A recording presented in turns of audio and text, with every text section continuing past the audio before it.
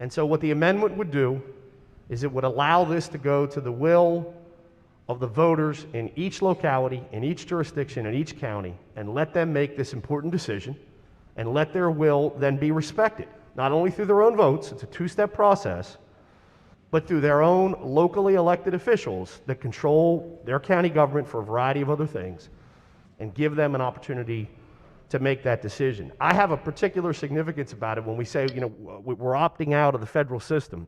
I've said this many times. I live very, very close to the state line, the Mason-Dixon line, and to the Potomac River that separates 3 states in about a 15-minute radius. And Pennsylvania, they're not going to legalize marijuana.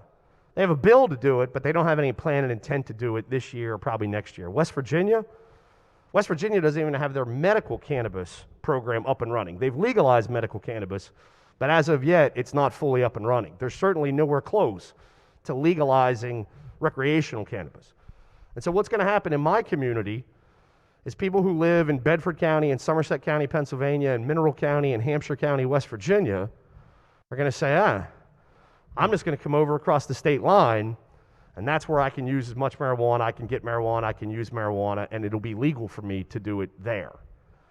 And we are terrified that that will see an increase in that type of activity and an increase in some of the downsides of it, whether it be driving, whether it be, expanded use.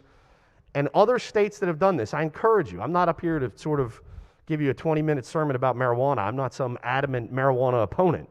But I would encourage you as legislators, take a look and read about some of the states that have done this, that have embraced full legalization, and states around them have not. States around them have not.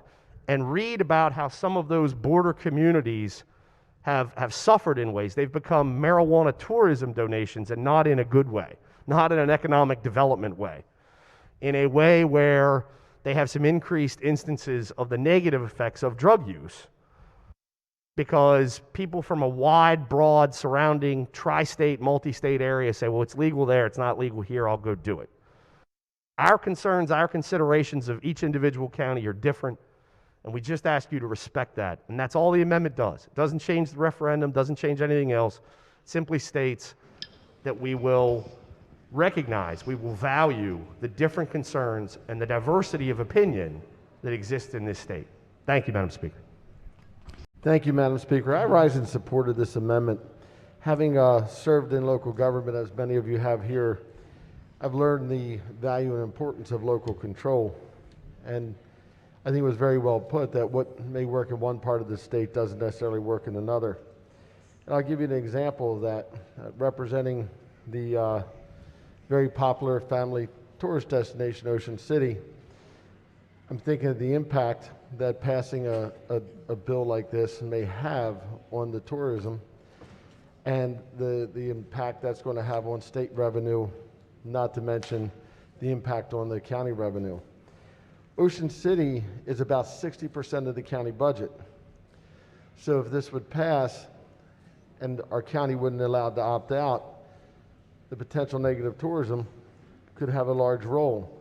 So I think it's only right that we give those county commissioners or county council the right to have the option to vote in, or to elect not to do this, or to elect to do it. I think it was very well explained. If it's illegal in the United States and Maryland is looking for that exemption, why not extend that same courtesy to the counties? So for that reason, I support this amendment and ask the body to do the same.